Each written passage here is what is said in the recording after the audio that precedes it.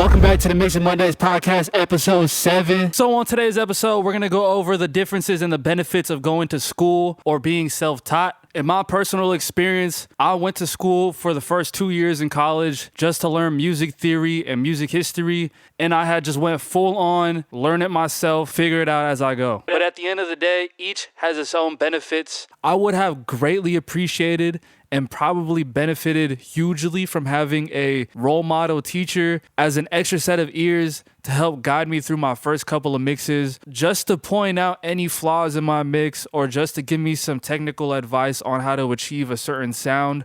Having another trusted mentor would really help to help guide you through their workflow and to see how they achieve a certain level of quality, and you're able to follow somebody's method that has been proven to work. Another positive side to going to school is you're going to be surrounded in person or online if you're taking an online course with individuals that are also learning the same material as you that you could discuss upon and really figure out different ideas and different methods. So don't be afraid to take advantage of that, because you never know what information somebody else might have. They might know something that you don't, and if you knew that, you could add that to your arsenal. Say somebody had found some crazy plugin that magically made their song better without even doing a whole lot, and you didn't know about that, and you went to go talk to that person. Now you have that on your added arsenal that will possibly help you in a future song. Discuss ideas, because you never know what you could find out.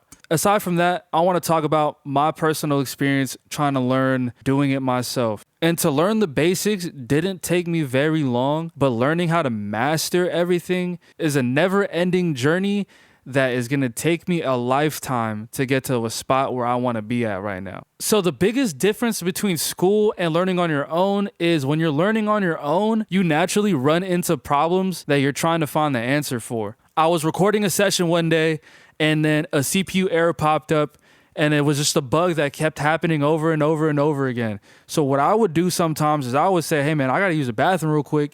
And I will literally just fucking search up the CPU error code that I got, walk back into the room, and immediately fix it. As I'm trying to learn how to apply something, or I'm running into problems, or I'm finding new ideas, then on the spot, I will figure out how to do that. Whether it's I'm gonna look it up real quick, or I'm just going to throw some things on and try to tweak with things and just to see what it does. And I felt like with school, granted, I was learning a whole lot of things, but my structure of learning is I need to actually do this in order for it to stick in my brain. I felt like a lot of the things that I was learning in school wasn't necessarily translating into what I was doing in real life. That is one of the biggest reasons why I did drop out. But granted, there is a lot of information that I probably missed out on because I did drop out. All of the information that I have accumulated this far in life is going to come from personal experience or consulting with my peers online. So I learned a lot of my workflow through running sessions repeatedly to then get to an efficiency point where I know exactly what tracks I'm going to drag down for the record, what plugins am I familiar and comfortable with using to achieve a sound that's going to push the song forward. So all of that is through personal experience. And so what I would do to learn is I would actually go on YouTube and find out whatever I'm trying to learn. So whether that's how to EQ a vocal or good compressor plugins, all this I would go ahead and search up either on Google or YouTube, and then I would use my own personal judgment on, okay, I kind of like how that sounds. Let me try it myself and apply it onto what I was working on. One of the biggest mistakes that I was doing in the beginning was compressing and EQing too much because my ear wasn't trained to hear these differences. So if I heard a frequency that was bothering me, I would take it completely out in one plugin and scoop out way too much, or I would pin the needle on the compression. I wouldn't hear any of the squeeze. One way that I eventually learned to fix this was to just repeatedly do it over and over and over and over again. And I backed off the settings more and more until I heard the sound opened up. And I was like, hold on, let me make minor adjustments instead of making huge adjustments.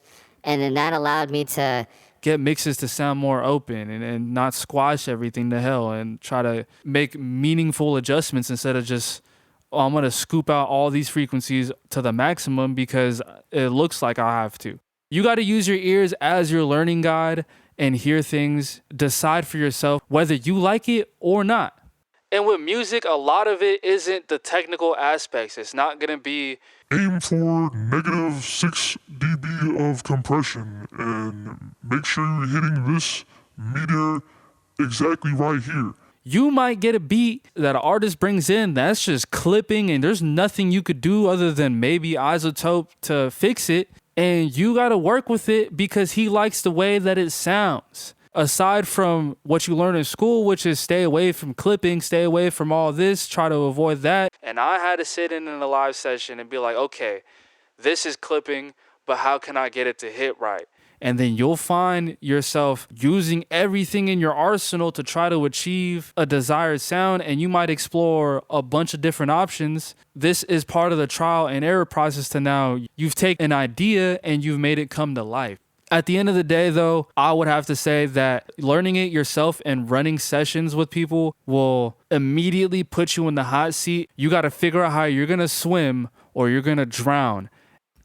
Let me know in the replies or in the comments what you guys prefer, whether it is going to school for the education on how to do something or whether it is you're trying to learn how to do it yourself. Thank y'all for watching, and I'll catch y'all on the next one, man.